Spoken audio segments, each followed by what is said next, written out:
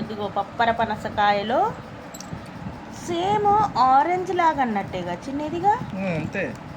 ఏమో టేస్ట్ ఉన్నాయి, కాకపోతే కొంచెం చేదు తగులుతుంది కానీ అది తోలు వల్ల తోలా ఈ తోలు ఉందా, పై తోలు, ఈ తోలు ఉందా, ఇది చేదు తగులుతుంది. నీట్గా తీసుకుంటే చేదే ఉండదు. ఇటు రుషి ప్లేటు చిన్ను ఒక గింజ తెచ్చి వేద్దామని.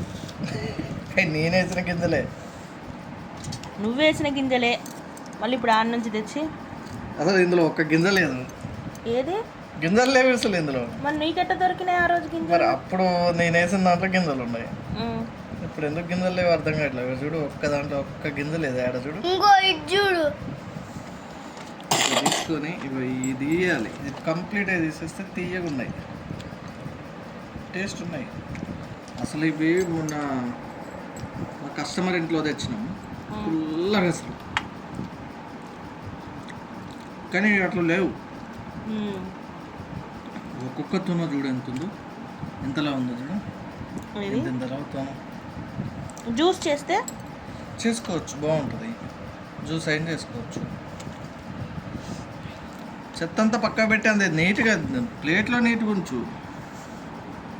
మళ్ళీ అంత పెద్ద కాయలో 1 2 3 4 5 6 6 తొనలు ఉన్నాయి. అక్కడ చూడు, ఇది ఒక్క నిమిషం. ఇగో ఇంత పెద్ద తొన ఉంది. ఏది బత్తాయి కాయలు చిన్న చిన్న ఎన్ని ఉంటాయి, ఇందులో ఇది ఒక్కటే ఇంత పెద్దగా ఉంది. ఇట్లాంటివి 6 ఉన్నాయి అంత పెద్ద కాయలో. ఆగునానా రుచిగాడు.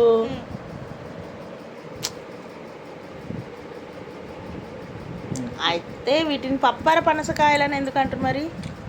I don't know. సరేలే.